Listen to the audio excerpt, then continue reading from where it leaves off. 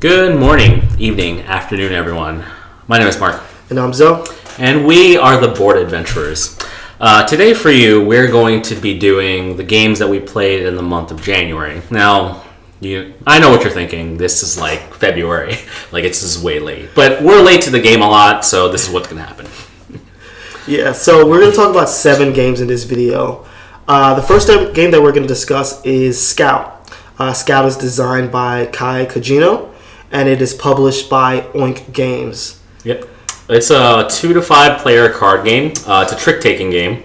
You're going to be playing cards from your hand, but the trick is that you can't adjust any card in your hand. Once you have it, you're either using one side or you're flipping it over and using the cards on the other side.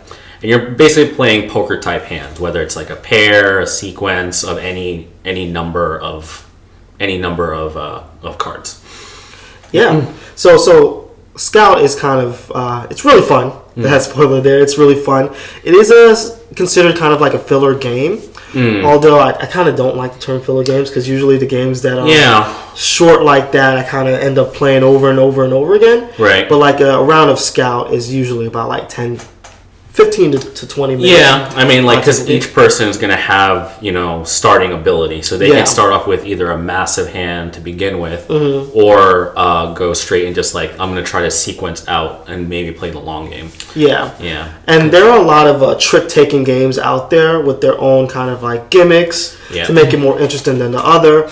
But I feel like for Scout, it really does work. The gimmick of not being able to move the cards in your hand. Yeah. It kind of gives you an extra strategizing for a trick-taking game that kind of really works for what it does. Yeah, because every time you play a card, your opponent has to beat it, right? If it goes through a round of people and they can't beat it, you automatically end the game, and your cards become 0-point cards. Yeah. But everything you've played counts as your points. So you want to be able to beat your opponent's hand to force that stoppage. Because you don't want to have negative points. Yeah, and there's no adjusting to what you have. The only way that you can really manipulate a little bit is when you use the Scout ability, which is when you can't win a trick, and you take one of the end cards and put it into your line of cards. But you can determine where it is placed, and that really is... Right, and then you can even rotate it if you want. Exactly. So it's I don't want to use that 10, but... If it's upside down of 4 and it gives me a sequence of 3, that definitely works out better. And that's really where the strategy is coming along for that game. So I think it really works. It's kind of like a crew in my head where it's kind of like upper echelon of trick-taking games. Yeah. Yeah, I don't also play too many trick-taking games, but Scout kind of hit me pretty hard last year with what it did in such a simple way. Yeah, it really works. It's simple, but it's fun. Right. And there's a lot of strategizing for a short, simple trick-taking game. Yeah, exactly. All right. Cool. The second game that we're going to talk about is a game called Radlands. It's a 2-player game published by Roxley, and it's designed by Daniel Peachnik. Yes, I totally forgot.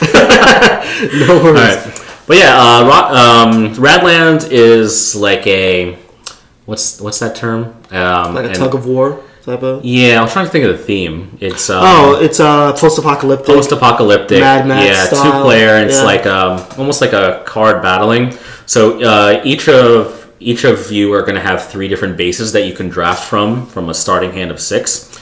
And then what you're doing is you're trying to destroy your opponent's 3 bases before your 3 bases get destroyed. And it becomes almost like a very tight, almost like battle between do I play a card, do I draw a card, do I junk cards for other things, trying to basically manage your water supply. Water pays for everything in this game. It pays for cards, it pays for abilities, it pays for drawing cards, which is quite insane to me.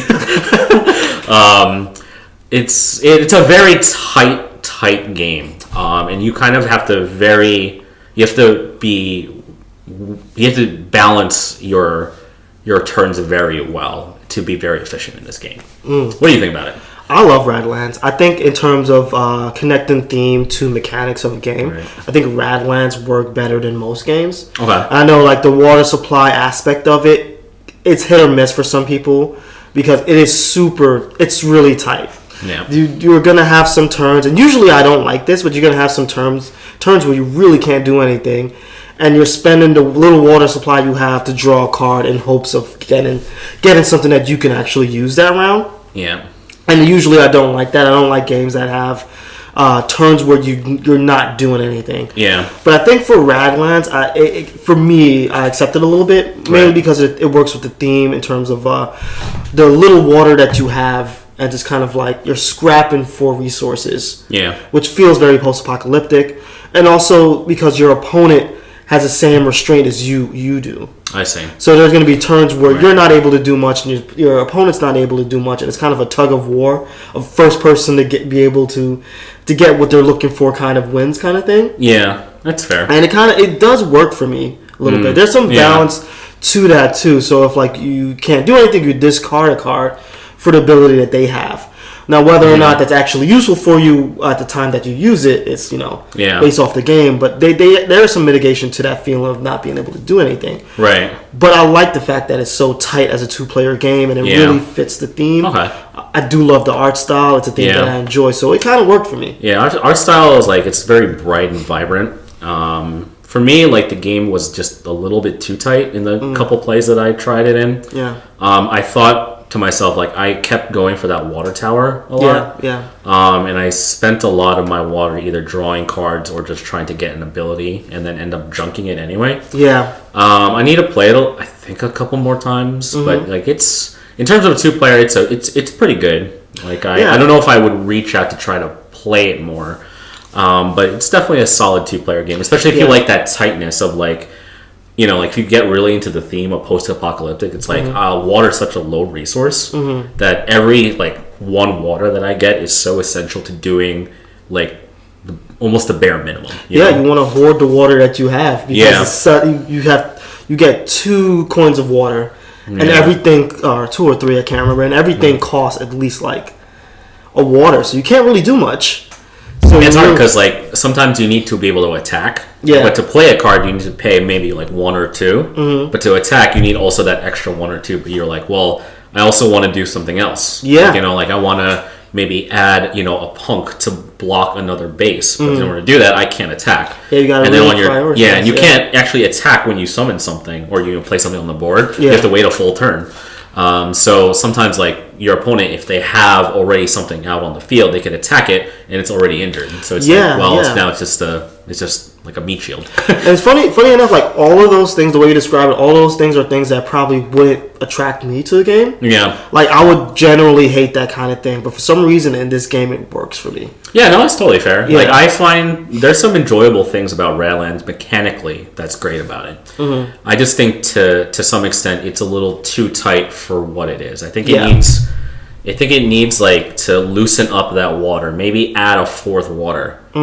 Maybe just because you start off with, I think, 3 on each round. Yeah. The water tower gives you a 4th, but you have to spend 1 to get it, on the previous round. So you're basically just saying, like, I'm going to not spend my 3rd to get a 4th next round. Yeah. But if you could get 4, like, that might, to me, like, loosen it just a little bit. But otherwise, it's definitely a solid game. Yeah. I wouldn't search to find it, but it's definitely solid.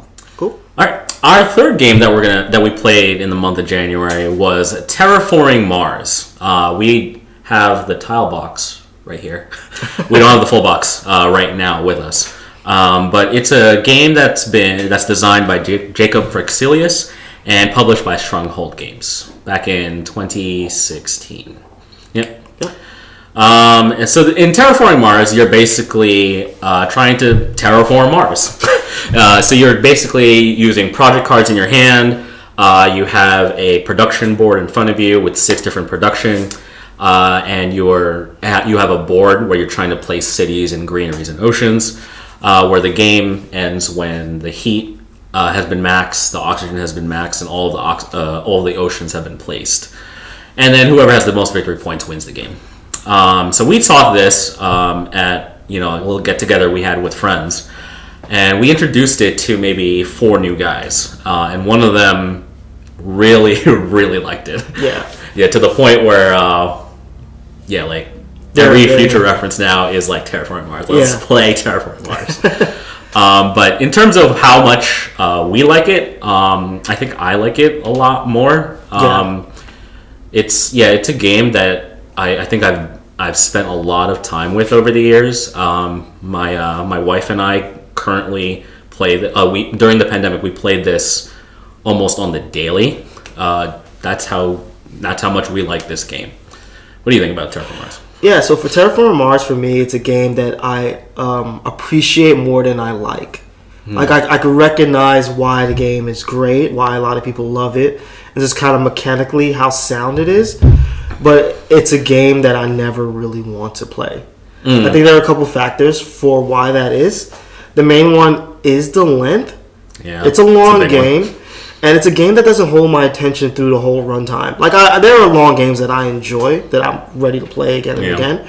But for some reason, Terraforming Mars, at a certain point, I just lose interest and just want the game to end. And it's just specifically a me thing. I think part of it is because of how long it is, and also how long each player, their play is per round. Right, there's a lot of like, all right, I'm going to do this, do that for each player, and it takes a while to get back to you, which is also a little bit why the game is so long. Yeah. It just doesn't hold my attention the whole time, but there's a lot to love about the game. Mechanically, it's really sound. There's a lot of things you can do. Right. The strategy is super deep in Terraforming Mars. This is, again, like if you're into strategy, deciding like this is what I want to do and trying to do that to make your engine kind of work. Terraforming Mars is that game. It just doesn't work for me. Yeah, I think like the way I would describe it to people is you're kind of almost racing first for one of the milestones, and then once you hit a milestone, you're kind of like trying to max your amount of points like that you can get prior to the end game. So to me, it's like I see it as like almost like a two-part kind of game. And I do like my racing games a lot. So racing to a milestone and then racing to the end gets me that kind of like rush of like, okay, there's this little switch that happened when you see like the third milestone hit. It becomes now like okay, now how do I get points to make sure that this person doesn't pass me at the end of the game? Yeah. But you can, you play cards and they kind of like, they give you production. You play production in order to get you stuff on the board. Sometimes the board gives you, stuff that you could spend on more cards. It's almost like a self-cycling system sometimes. Yeah. And like I will admit the length is definitely like a hindrance to it, especially if you're getting like higher player counts. Like we played, I think, a 5-player when we were there. And our game, teaching it, came out to about 4.5 hours, right? And that was with us, using the base, like everyone gets one production to start the game. We didn't draft any of the cards. Like that's the way I would typically play. And then we actually did play with Prelude. Yeah. So things that should have made it shorter are still keeping it at like, a long length. Yeah. To me, like the length isn't a problem. I try to make time for Terraforming Mars if I know it's going to end up being like a 2 to 3 hour game. Yeah. The interesting thing about Terraforming Mars, though, that I do really appreciate is it's not usually with games. It's kind of like a flow to a game where it's like I do this, I get this, and you're doing it every round, and you're kind of like being more efficient in how you do it. Terraforming Mars is a really open game. You can almost do anything, and there's so many things that can get you points. Yeah. But playing with new people or like watching new people play it, when the game clicks, because in the beginning you're learning, you're kind of waiting for what the cycle is going to be, what I'm supposed to do, and you're like, I don't understand what I'm supposed to do. But seeing when it clicks for a person, like, oh, if I do this and I do this, and it's like it leads to this, and then I could spend the money for this, and then like I'll place an ocean, but that'll give me coins back. Yeah, you could play. Yeah, it's like. It's something that's like it's like an efficiency engine. Yeah, you can play a game with 5 people and they're all doing completely different things. Yeah. In the game and getting their points different ways and have totally different strategies. Yeah, which is kind of like unique, really, just to Terraforming Mars. Yeah. Which I assume is another reason why a lot of people love it. Yeah, I love terraforming. No, not gonna lie, I love terraforming. Cool. So the next game that we're going to talk about is DoodleDash. DoodleDash is developed by Bovarp and Vezin. I'm pretty sure I butchered those names, so sorry to you guys. And this is published by Chili Fox Games. Right. This game can be played from, I believe, 2 to 7. Yeah. No, it's 2 7. I think it's 3. It's at least 3. Oh, that makes sense. Yeah, I think it's 3 to 7 players. But you're gonna play 2 rounds of it. So each person's gonna be the person that judges the drawing. So this is a drawing game, and so there's gonna be a card that one person draws, and they can't see the front of it. It's gonna be numbered 1 to 6. That person's going to pick a number at random, and everyone else at the table can see it. They'll see a word associated to that number. They then have to draw that word as quickly as they can. Because if you're the first to draw it, you get to grab this like column totem thing that signifies your first place. Then second place, whoever finishes drawing second gets to take the die and just roll it. One of the faces has a stop hand sign on it. When that's rolled, everyone else at the table has to stop drawing. Then the person that's judging that hasn't seen the front of the card, they get to see the person that drew that totem first. They'll try to guess the word based on that alone. If they guess it right, then the person that's guessing and the person that finished first get the point. If it's not, it goes to the person that rolled the die. The person that rolled the die will then show their drawing, and then the same thing happens. Is if the guesser guesses it, they each get a point. If not, then everyone else that has still drawings available will all flip at the same time, and then that judge has everyone else to be able to guess.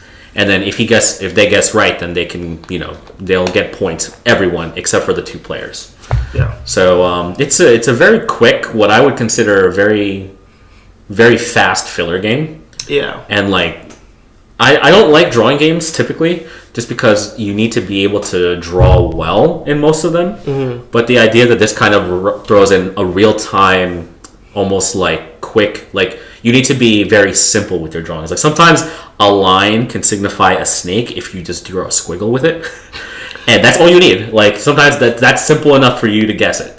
So to my fellow bad drawers who want to get into a drawing game, this is the game for you. This rewards your terrible drawing. I'm telling you now. Right. This is meant for people who can't draw, but want to try anyway. Yeah. AKA me. So this is a game where it's just kind of like, if you finish your drawing fast enough, you kind of control it around a little bit. Yeah. And it's also kind of hilarious. You force people to try to interpret the terrible drawing you've made, which for me is amusing every time. Yeah, it's funny because I remember when we played. You had grabbed that totem very quickly. Yes, you were very confident about what your drawing was. And every time it got flipped over, it was just a huge laugh along the table. It's what is that? What is that? It's great. It's fun. Yeah. It's fun. Yeah, I can see this getting a lot of love if people got around to playing it. Yeah. But I don't see it being something that you would go to almost on a daily or even on a weekly. This would be something if you had time between 2 bigger games, if you were playing a Terraforming and then maybe a Lords of Waterdeep, somewhere in between, it's okay, I just need some sort of some sort of cleanser, and then you could play DoodleDash and let it go. Yeah, so it's barely a game, really, when we play it. It's it's not even, we don't even care about the points at a certain point. You're just really just kind of drawing and interpreting each other's drawing. It's very much a straight up party filler game, right? But it's fun. It's really fun. Yeah, I consider it if you took just one and then you combine it with telestrations almost. It's everyone has that one. They have to draw it, and then but you're now adding a real time aspect of I need to be first because now it's competitive. I think making it competitive heightens the game as opposed to hinders it. Really? Okay. Yeah, I can see that. Yeah. All right. The next game that we're going to talk about is Dune Imperium, designed by Paul Dennen and published by Direwolf. Now, Dune Imperium is a 2 to 4 player worker placement deck building game, where you start off with a deck of 10 cards, and you're living out the Dune Imperium universe. You're using your cards to buy other cards that let you that also function to let you place your workers on the board at specific locations. Gaining influence in those locations and adding fighters into the conflict. And it's a race to 10 points. Whoever hits 10 points first, the end of that round will happen, and whoever has the most points at the end of that round wins the game. You get points in several ways. You can buy cards that give you points. You can win conflicts that give you points. You can play intrigue cards that give you points at a cost or let you do things. There's a lot of interesting things in Dune Imperium that you can toy with, and depending on who you play with, because you play as one of the houses in Dune, you get to almost like you can use that ability to kind of give yourself an advantage in certain locations. What do you think about Dune Imperium? I really like Dune Imperium. And I know it gets compared to like games like Lost Ruins of Arnak and Endless Winter a lot. We haven't played Endless Winter yet. Not. But Dune Imperium is kind of my favorite of the two so far compared to Arnak. And I think part of it is because the cards that you have can be utilized for either the worker placement side of the game or the deck building. Right. And the reveal, right? The reveal at the end. So kind of like you're using every card in your hand is used for something and deciding what you want to use it for. Right. And I kind of like that aspect of Dune Imperium a lot. I do like the worker placement. I do love the fact that the game is really tight. It's one of those games where at the end, similar to Res Arcana, where at the end of the game, somehow everyone's close to 10 points. Mm-hmm. Every time. There's very rarely blowouts in this game. Yeah. So it's very well balanced. This is kind of like, as the flow of the game goes, you're going to get points. Right. You get really close, which is kind of cool. My real con for the game is that there's two cons actually.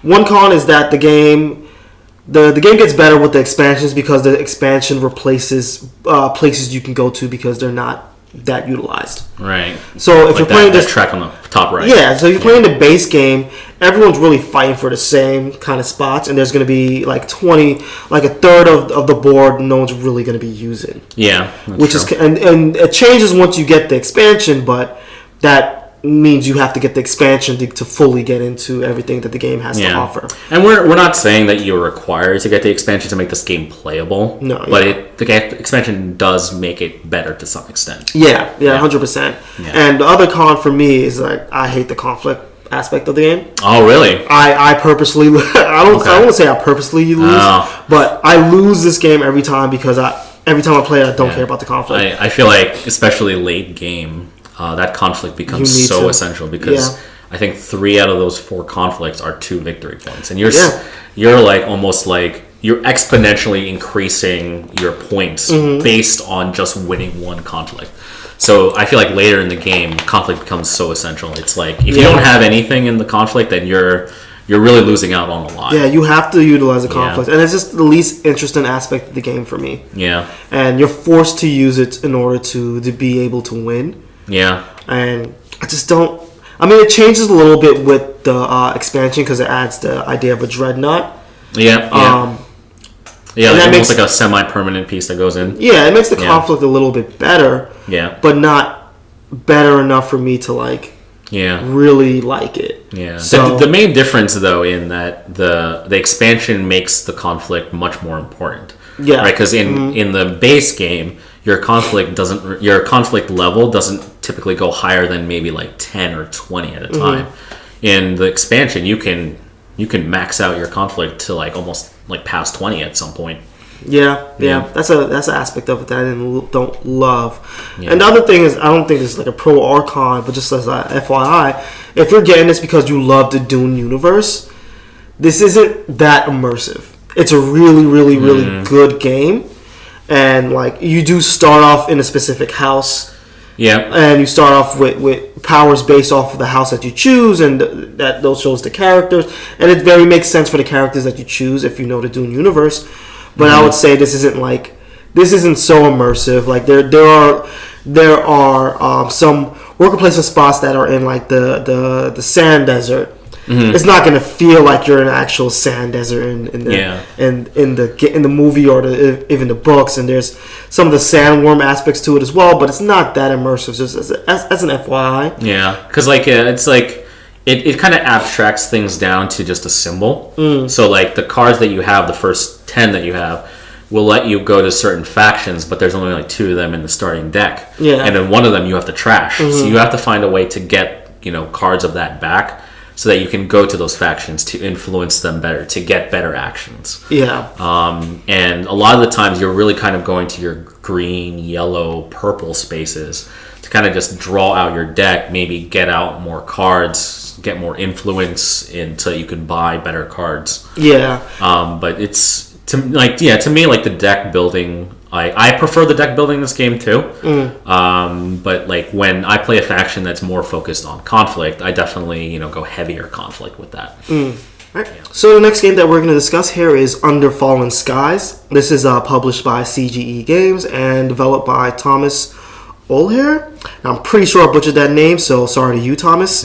You got the hard names today. Yeah, I got the hard names. So Under Fallen Skies is a single-player only game. It's a campaign game, and it's very similar to something like Space Invaders or Galaga, in which you play in a single-player game in which there are alien ships coming down into your city, and you as a player are defending your city a couple ways. You're attacking the ships that's coming down, and you win the game by getting your research track all the way up. You lose the game by too many of the ships coming down into the city, taking too much damage, or the mothership comes down all the way down to the end game point of the game. Oh, damn. Yeah. Okay. So Under Fallen Skies is... Oh, also forgot to mention here that this is a dice placement game. So you're going to be rolling, and you're going to be placing dice in specific spots at the bottom of the board. That signifies the amount of like energy you get, how much you go up the research track, battling the ships itself, and where you place your dice to get specific things determine how far down the specific ships come down. So that's an aspect of the game that I actually really enjoy. So it's a mental tug of war in which, like, if you want to go up the research spot a specific number of time and you put it in a specific spot, you also have to keep in mind that you're also bringing down an enemy the same amount that's on the die, right? Oh, okay. So you want to balance how you want to utilize that and where you want the enemy to go, where you want them to be from round to round. So that's the coolest aspect of Under Fallen Skies for me. Okay. So it's not like a typical single player or co-op game in which there's kind of like a little bit where it's kind of like good for me, bad for you, where you just flip something and something happens. Right. Flip a card and it tells you what the enemy does. Yeah. What you're doing from round to round impacts what the enemy is doing. So you're completely controlling that. Interesting. Can you upgrade your weapons in this? Upgrade. So so this is where the campaign aspects of it comes into play. So like I've only played the first 2 levels of this game, or first 2 or 3, and I played a couple of the just learning the game kind of thing, and the rules change from level to level. Okay. So each level that you play, you start off with a specific location ability. So like Los Angeles does something different than like Nevada. Oh, really? And you choose which city you want to. Well, you shuffle it. You draw out 2, and then you pick out of those 2 which one you want to defend. Yeah. Same thing for your person. So you have like a person who can be like a researcher or a military man. It depends on what the level it is, and you're doing the same thing. You shuffle, pull it out, and they have an ability as well, and you do that for the actual conflict itself, which adds pieces to the game. It adds specific rule sets to the game. Yeah. So kind of like that's the cool thing about Under Fallen Skies, and there's a lot of this in campaign games, but it's cool in a single player campaign game where each level is completely different because the rules change. So this one where you pull out satellites, that if your enemies hit the satellite, something happens, like stuff like that. Okay. I see. It's really cool. I've only played 2 levels, so I haven't seen a ton of it, but I'm actually really impressed by how the rule set that it teaches you is pretty simple. Right. But then once you get to the levels, it adds really, really unique things to the game. That's kind of like, oh, that's cool. It's like simple enough that you can like manipulate. That's easily design wise to be manipulated. Right. Where you're adding something into it that completely changes how you play the game. Okay. Yeah. So it's like almost like module stuff. It is kind of like module stuff. Yeah, okay. So your question of can you upgrade your abilities, like, I don't know yet. I don't know if there's going to be a level where it really changes the way you do it. Do you know how many levels are? There are 10 levels to the game. 10? Okay. Yeah. I could see like almost like a progression of like, difficulty as you get higher. Oh yeah, 100%. Yeah. I mean, I'm not good at this game at all. Yeah, So- I haven't played at all. Yeah. So this one's all you, but I'll definitely have to check it out at some point. Yeah, in terms of like a single player game, this is one of the more fun ones that I played. The last game that we played in the month of January is a game called Basket Boss. It's published by Board Game Tables, who are now All Play, and designed by Corne von Morcel. I apologize for pronouncing that incorrectly. So this game, you play as a manager of a basketball team. This game is 2 to 5 players, 2 to 5 managers, and you're basically bidding each round to improve your team. So each round there's going to be new players that come out. You bid for them to start their season with you. You sign them. Then a season plays out. You'll get points based on the number of stars on each of the players that you have in their current season. And then you'll assign awards, you'll assign playoffs, you'll then pick an advisor that'll help you out in future seasons or future rounds. And then you'll get money, and then you'll start a new round or a new season. Basically, this is if you are a basketball fan and you like the idea of managing a team and getting players and putting them in, this is for you. One small thing about it also is that at the end of each season, these players will age. So obviously, players can't be 18 years old for the rest of their lives. So they can't be 5 stars. So the number of stars on the card will range from possibly 0 to 5, and those stars give you victory points. So at the end of a season, a player that might have 5 stars might go up to 1 star because as it ages. So you kind of have to know when to hold on to players, when to trade or possibly get rid of them for another one, or just keep them and be loyal to your team. But yeah, what do you think about Basketballs? We played it at 2-player, which I feel like this is a game that really should be 3 to 5 players. I agree. I totally agree. Yeah, it is an auction bidding style game, and it's at 2 players is weird. There wasn't much tension in it. Yeah, because you're dealing out, I think, 4 players at 2, and I think you start off with $11, like $11 million in a sense, and you're trying to assign them. But if say 3 centers end up coming out, you don't need to get the first center that comes out. You can get them for cheap, and then it goes for the next one. I feel like you need to play this possibly with the max player count to see how this goes. Yeah. And we didn't play with that, so we can't really judge what it is. Yeah, so it's a tough game. So this is main reason why we didn't review this game is because we didn't play it at 5-4. Yeah.